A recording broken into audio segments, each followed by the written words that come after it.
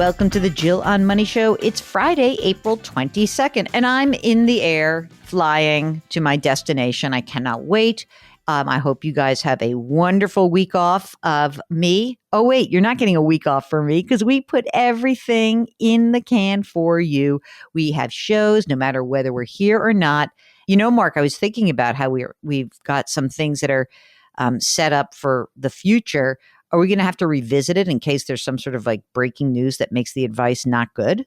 It would have to be some pretty major news. If there's breaking news and like the blank hits the fan, I'm sure that I will connect with Mark during the week. But I don't expect that this April journey. But it's a real vacation, no work, Mark. I'm not going to be able to ignore the email, but I am not working this week. Also, totally fun. When I get back, I'm supposed to go to the White House Correspondents' Dinner. So I'll have some good stories from that, I hope.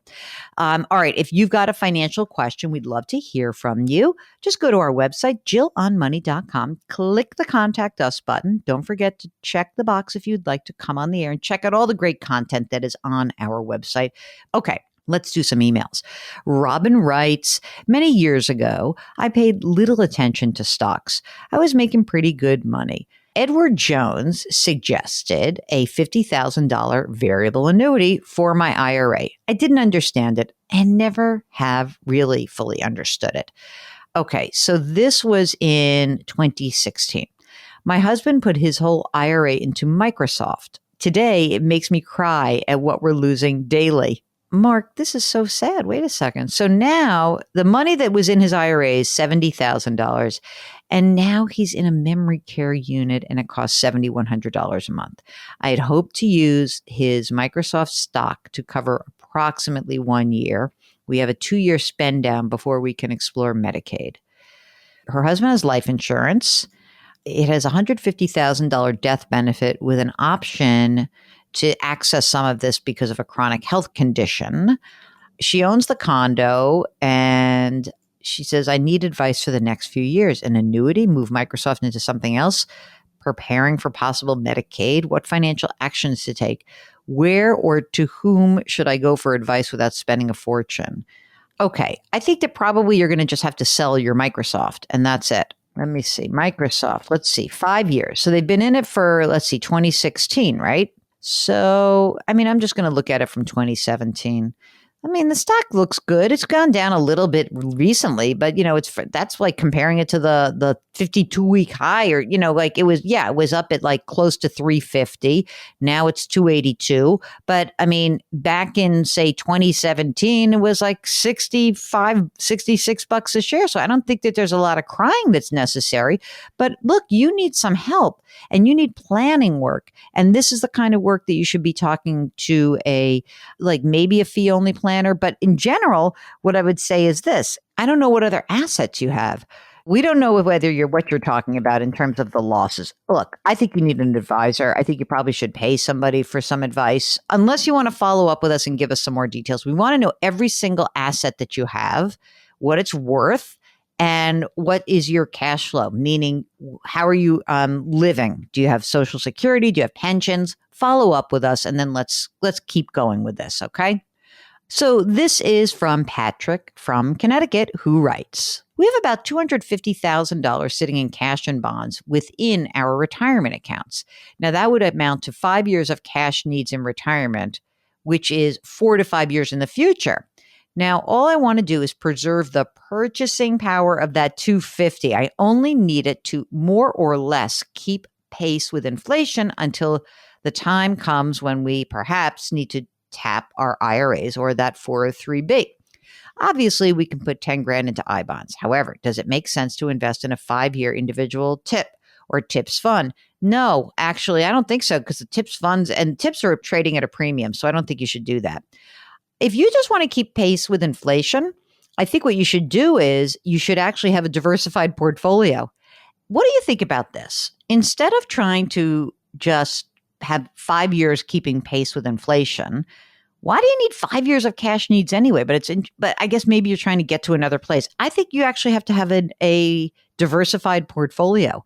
I think a TIPS fund is not going to work for you, actually, because As soon as inflation comes down, that fund's going to go down, and it's already trading at a premium to where it was. So it doesn't make sense to me. If you really are worried about inflation, you maybe could do some individual bonds in a ladder as well as some stocks, and then call it a day. First of all, inflation's not staying this high. Okay. So then we're back to what is the whole point of investing for the future? It's to beat the rate of inflation. And how do you beat the rate of inflation is that you actually have a diversified portfolio. And you may want to have individual bonds to limit the gyrations. That is what is spooking everybody. And if you buy some individual bonds, if you had some cash right now and you invested it, you could probably get some new bond issues that are interesting. So I would explore that. That's what I would do. Okay. Justin recently discovered our podcast and he says, I really enjoy it. Yay. Okay. Justin's 46, married, 4 kids, lives in Utah. Wife doesn't work. Oldest just started college. A commercial real estate broker with passive income of 200 grand per year and commission income of 200 to 300 grand a year. This guy makes 400 or 500 grand every year in Utah. It's pretty awesome. Okay. So he's got, passive income comes from investment properties and he owns a dividend producing stock. Wife has wealthy grandparents, which are often my favorite types of grandparents. They established a trust for her and the 4 kids. Oh my. So she's got $2 million of Bank of America stock in her trust. She's got full control of the trust. We've never spent any of it. Isn't that wild? They reinvest the dividends into the S&P 500. I'm nervous that she has very little diversification with that huge chunk of Bank of America. Problem? Cost basis is grandpa's cost basis, $10 a share. So we would pay a lot of capital gains to sell the stock and diversify. Here's the list of the assets. You ready, Mark? My God, they're so rich. Their house is worth $725. They got 400 grand in cash. They've got investment properties, $6.5 million. 360 in retirement accounts. The wife's got that $2 million in the trust in Bank of America stock. The kids' trusts have $212,000 each. Kids each have 40 grand in 529 plans. And just for a little bit of extra, cherry on top, crypto worth 120 grand. He's got a little debt on the investment properties, everything else paid for. I want to work for another 10 years, and I expect my future tax bracket will stay the same or increase, not go down. I have a self-directed 401k, an IRA, and my wife has an IRA. Nothing in Roths. I plan on contributing to retirement accounts to the max each year, slowly buying more investment real estate. My questions. Ready, Mark? Should we sell some of the Bank of America to diversify despite capital gain penalty? Yes. Yes, that's easy. So let's say it's 23.8%. Big deal. Pay it. It's too much money in one stock. I mean, I love Brian Moynihan. Don't get me wrong. I love that CEO, but that is way too much in one stock. So answer to question 1, yes. Number 2, should I look at doing a backdoor Roth, and when would be the best time to do it? I don't think you can do a backdoor Roth because you got those IRAs that are outstanding. You could convert some of your IRAs and use the cash to do that. Convert the IRAs first or roll an IRA into something else. But your IRA, can you roll your IRA into your self-directed 401k and then you can just convert your wife's IRA? Then you could potentially do a backdoor. Then, but only then. General financial strategy going forward with the trust, taxes, and retirement accounts. My wife's grandparents are alive. They've offered to match any money we put into their trust or 529 plans. Right now, I've got my 2 oldest working and contributing about $5,000 a year to their 529s. That's it. I personally haven't put money into either as I'm trying not to spoil my kids. Am I crazy for not taking advantage of the free grandparent match? He's 95 and won't live much longer. What do you think, Mark? Should we leverage Poppy's match? I think do it. They're not going to know. Your kids are decent kids. Come on. You're not raising them that way.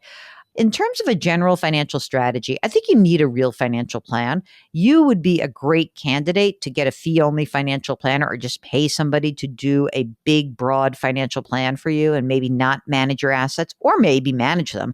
I would look at that. I'd go to the National Association of Personal Financial Advisors, or NAPFA, and I'd start interviewing people. I really would, because this is quite a complicated case. Don't you think, Mark? Lot of parts here. So I think that you would really benefit from that. That's what I would do. Okay. Here is from Mary Ellen, whose subject is, I never thought I'd write about annuities, ... As I have the same aversion to them as you do, Jill, but our Schwab client manager told us about a fixed deferred annuity through USAA as a potential place to park cash for a little while. But how could that be a little while? Let's see. Okay, we're planning to retire soon. We have a cash stash that we won't need for at least a few years. The fixed deferred annuity sounds like a good fit. A decent rate of return, 2.9% for 3 years, with taxes deferred until we cash out. 2.9% for 3 years. You can extend if you want. Fees are baked into the rate. Sounds pretty good. Are we missing anything? The only thing you're missing is you don't have access to the money. Yeah, I mean, it's not the worst thing. I don't know how much cash there is. So it depends how much you're really putting in there and whether you could do better. Maybe let's just look at something just for fun, Mark. You know what I'm going to do? I am going to go over to our friends at depositaccounts.com. Let's just see what's going on here. I'm going to let's look at a 3-year CD. A couple of credit unions have 2%. Would you tie up your money for 2.9% instead of a 3-year CD at 2%? Maybe. So look at this, Mark. There is a National Bank of New York City that has a 5-year CD of 2.75%, 2.7%. What do you think? That's not bad at all. I don't know. It's worth looking at. I would want to know what the costs are of having what are you giving up, right? So you can't get money out. Do you have other cash? I don't want you to leave yourself with zero cash, but it's worth considering. And this is the moment when, maybe fixed annuities are going to have their day right now, Mark. Maybe this is it. While rates are up, and they're going to only rise in the next couple of months. So rates go up. You get to lock in a few years and not think about it. So it's possible, but remember, you got to consider where you think your tax bracket's going to be on the other side of the 3-year period. And yeah, you got to pay taxes on it, but it may not be so bad. So maybe check that out, and also maybe compare that with what are my alternatives, right? What is the comparable rate that I would be getting? What would the comparable rate be if I just threw some money into a couple of bonds? How this would work for me? Then you make a decision. Mark, it's Friday, and so that means I like to do my business. Our music is composed by Joel Goodman. Mark Talercio is the best executive producer in the world. He's the webmaster, and he's the man who keeps me sane. We are distributed by Cadence 13, and we love Lizzie, and we love Yannickin, so thank you for taking care of us, ladies. All right, what else can we tell them to do? Subscribe to this wherever you get your podcast. Check out our other show. It's called Eye on Money. Sign up for the free weekly newsletter. And please leave us a rating and a review at Apple. Now today, here's your job. Do something nice for someone else today. It will make you feel so good. It will make that person feel good. Grit, growth, grace. Thank you for listening, and we'll talk to you tomorrow.